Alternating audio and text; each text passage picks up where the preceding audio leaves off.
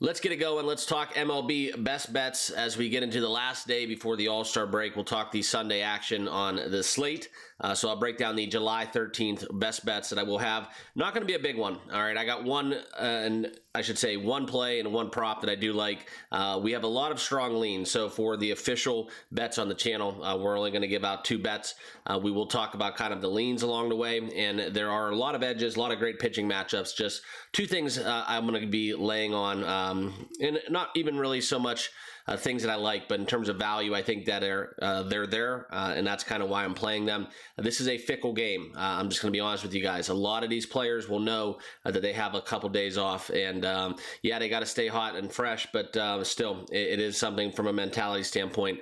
They're professionals, but when it push comes to shove, it is still a game. So I do expect a little chaos today. So things that you think will happen probably won't. I think that we will see a little bit of some outliers along the way. We'll talk about that, and we'll get down into the best bets. But for those of you that do not know me, my name's Mark. I talk sports betting every single day here on YouTube. If you haven't subscribed to TBM Sports, make sure you do so. Link will be down below for Outlier as well. That will be what we use to break down the games, as well as if you want to become a channel member, there are some ways that you can give back to the channel. Okay, so let's do it. Let's talk about it. Let's get into the Outlier, and we'll look at the games on the docket.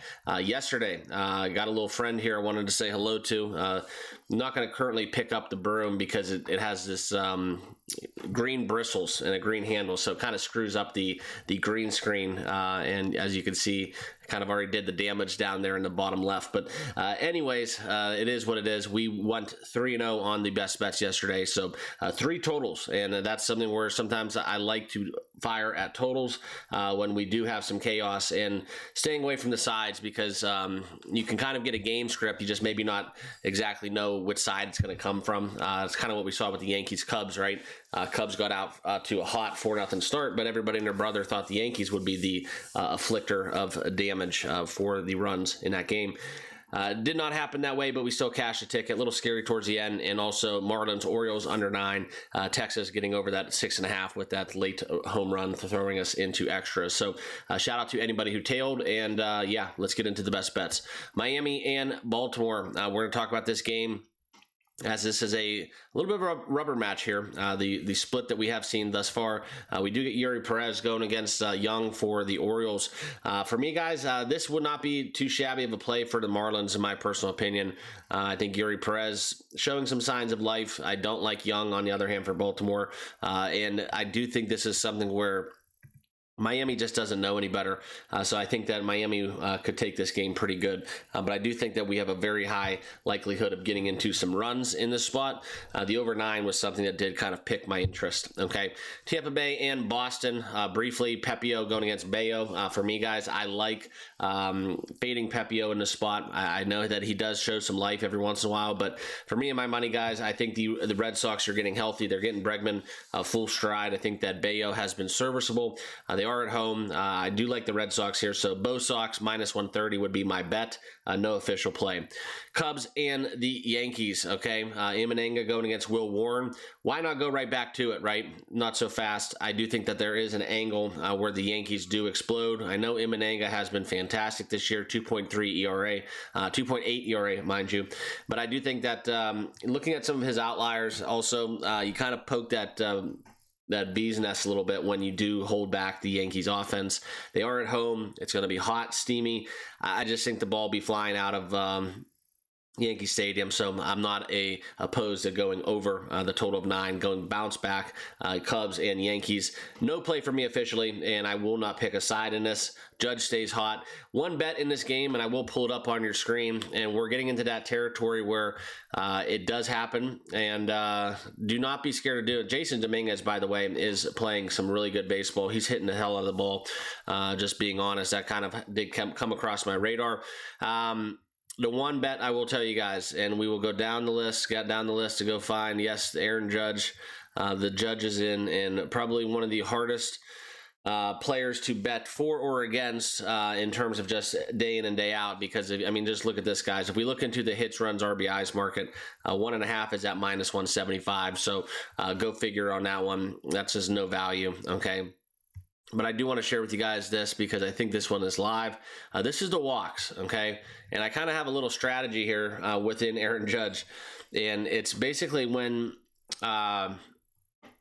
he doesn't walk in a game, I do like to come back at him to get a walk, to record a walk, and this number, this was a plus number value here. Now we're seeing minus 125, especially on these kind of like testy getaway kind of rubber match games, right? You want to win the series, you want to win the weekend. They may pitch around him a lot if it is close down the stretch. Why throw to him, right, if you have a base open? So just keep that in mind. It's not an official play, but do not come here saying I told you so, or the opposite, because I do think Aaron Judge ends up taking a little trot down first baseline. So that's kind of where I'm at within that bet, okay? Back into the games. Seattle and Detroit, that will be an official play. I'm going to get on the over here for the Mariners and the Tigers, okay? And you look at kind of this, the odds makers, and the handle agrees with me. 73% of the money on the over, albeit 59% of the slips. And if you want to talk about kind of why, well, hey, we've hit 5 straight overs for Seattle. And if you want to talk about kind of the game we saw yesterday, this was one where I definitely think that it was a little bit of an outlier. I think it kind of caught some people off guard as we look at the 15-7 win there for the Mariners. Prior to that, we got that 12-3 win. So Seattle, for my money on this weekend series, is the hottest team offensively in baseball. Little fishy, so get that, get the alarm out, start pounding the alarm, but I will take the over 8 in the spot. This is a value play, almost even money. They're begging us to take it, right? So we'll roll the dice, see what happens, but I do think this is the correct side, and this is kind of why you just pick and choose your edges, right? You can go down the board, oh, I like this, I like that, that number looks good, yes, this should happen. Not so fast. You can do that all day, and it's very easy to do. We could bet the entire board if you want to, but if you want to just ask me kind of where my head is when I just want to find spots and fire, Mariners and Tigers going over the total of 8. That number just is a little bit off, so we're going to play it with some value. Okay, Colorado and Cincinnati. Talking about Austin Gomber going against Martinez. This is a game the Reds should win. However, the series has not went that way. They've split. Colorado took the first game. I do think this is one where you look at the Reds, kind of a cheap price. If they were playing some good baseball, but mind you, they've only won 5 of their last 10 games. A little bit streaky. I do think this is a world where the Rockies can flash a little bit. I know they're 22-73, but they either play the game exceedingly bad or they do show some life. So it's kind of just a little Jekyll and Hyde. If the Rockies are going to be competitive, they're going to be scrappy, and it's going to come down the wire, or they win the game outright. Other than that, they just get absolutely obliterated. And so that's kind of where you're almost like Rockies money line, or the team that their opponent, your alternate spread or run line, if you will. So that's how I feel about it. I just don't see any value taking anything Rockies Reds. There's nothing in the pitching matchup that gets me excited, and I don't want to back the Reds at over $2. And I don't really, quite frankly, like the Rockies at even money on the run line, or even the money line at plus 205. So that's kind of where I stack up. All right, but if you did want to kind of take a stab, sure, Rockies is kind of where the value would be, but I just won't ever do that. There's just better money to be made elsewhere. Mets and Royals next game. We get Holmes going against Cameron. If you want to kind of look into the Mets, kind of an interesting thing there with Soto. We'll talk about kind of the All-Star break leading up with him. Lindor has been hot, and also Kansas City has not. Okay, so I do think that the lefty on lefty matchups there for the Royals versus the Mets will kind of be a thing here. But I think the Mets, crack side, in my opinion, they've won 7 out of their last 10. And I do think they will be a little bit active here as we approach a trade deadline. But I think that's something where I like the Mets team total. I like the Mets, and that's just kind of where I stack up. Okay. Next game, probably the game of the day in a lot of people's eyes. If you want to talk Rangers, Astros, okay. Eovaldi going against Hunter Brown. What can't you not like about this game, especially Hunter Brown off of a poor performance? This one, quite frankly, almost made my card. I love taking him in bounce back spots. And I really tried to find a way to do so in today's game. As you look at the Astros, minus 132 on the money line, total set at 7 once again. And yeah, I gotta be honest with you guys, I do not mind some runs in this game. I think Houston wins with some margin. Excuse me. And I don't think that there is a world where the Rangers can't get to Hunter Brown, but I do think when we talk about this game, it does set up to be a bounce back, like we talked about a little bit with the All-Star game with DeGrom yesterday.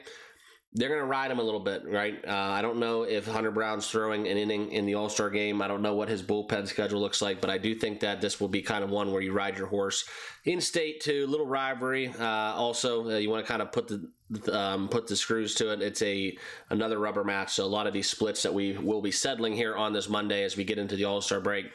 I like Houston, okay? Texas has been playing great ball. They've cashed a lot of overs. This is where we're, looking at both of these teams respectively, 70 and 80% of the time in the last 10 games, they've scored 7 runs or more. So if you do want to talk about it, it's kind of an overplay for me again, but I do like the Astros and Hunter Brown, okay? But that's just kind of where I lean. No official play, okay?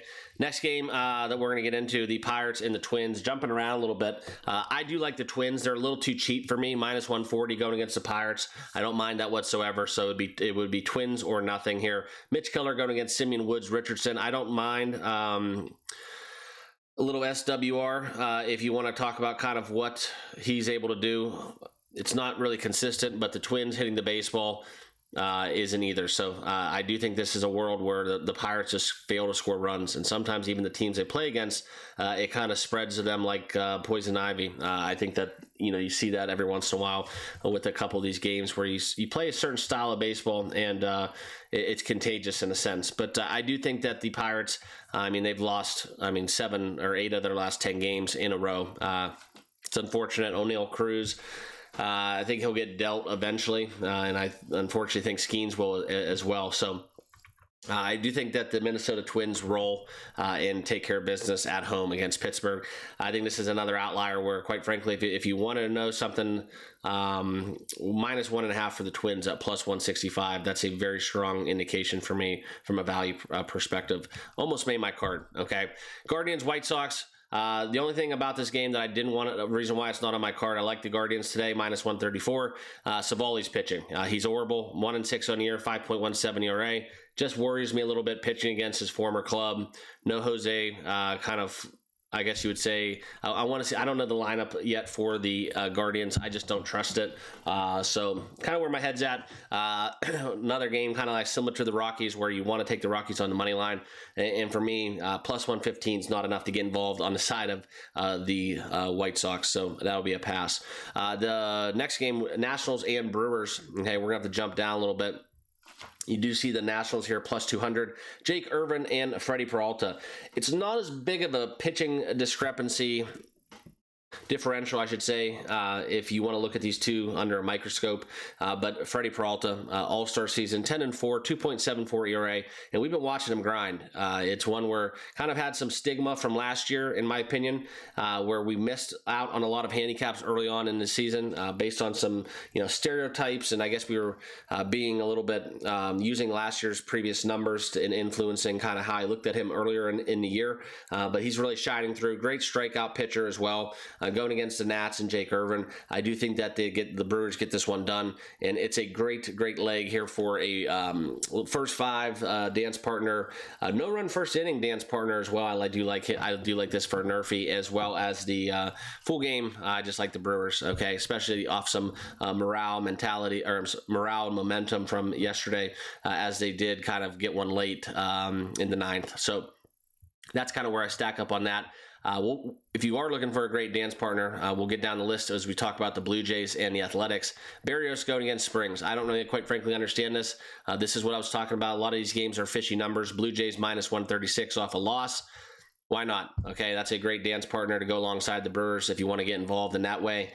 For me, no play. We're going to kind of take it safe today because I think there's going to be some weird stuff happen. I don't really, quite frankly, want to give back some units after a sweep. We're going to try to change things up a little bit. And I do like a lot of games, but we're only sticking with 2 plays, okay? The next game, the Dodgers and the Giants. This is one where Yamamoto takes on Robbie Ray. How do you not like the Dodgers, right? But they've only won 3 of their last 10 games. Keep that in mind. And for what it's worth, Yamamoto has an 8-7 record on the season. So Yeah. Anyways, Robbie Ray, quite the opposite. 9-3 on the year officially, 2.63 ERA. I gotta love the lefty. So I do like me some Giants action here. But I would go back to the total on this one. And isn't this kind of shocking? 7.5, going over the total. Definitely can imagine a world where we do get this one into extra innings as well.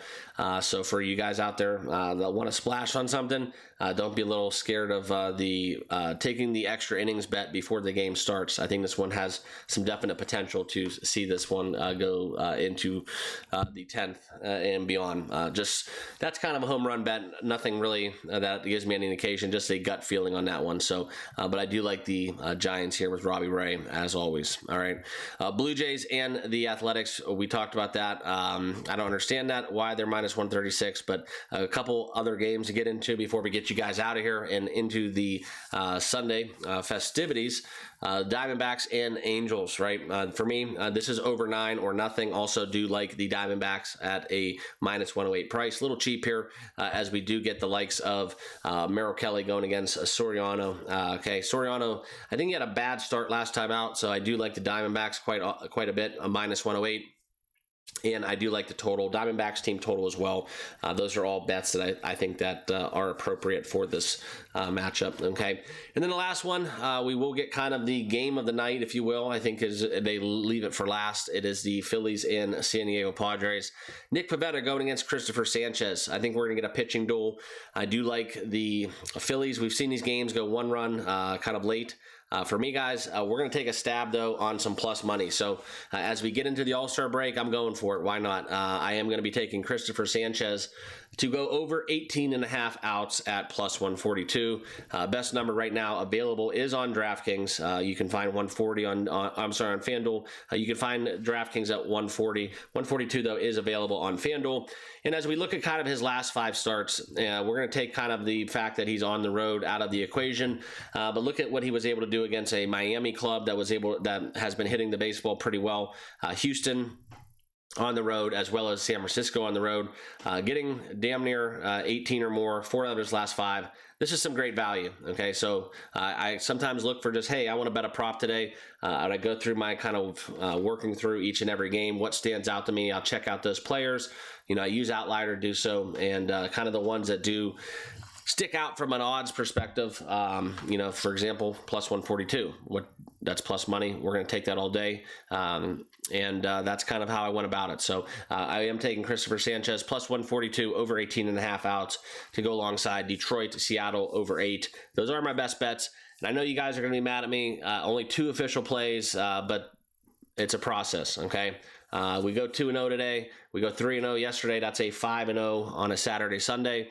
For people out there betting $1,000 a unit, depending on what your unit sizes are, pretty good weekend. So it all just kind of varies, and that's why we grind it out. Okay, so I have no problem locking in some profits, riding into the All-Star break, take a few days off, and we'll be back at it fresh, and we'll kind of get into some of the thought processes that we will have as we shift into a whole new quarter of the MLB season, right? It's going to be a completely different mindset as trade deadline comes, rest, pitching, all that good stuff, starting to gear up for the playoffs. It all has a role. The weather changes a little bit, and it's all relative. But the biggest thing about it after the All-Star break, we're a couple weeks away from the Hall of Fame games. So NFL, college football, yeah, let's get it. So it's a great time to be alive. Appreciate you guys spending some minutes with me here in this morning.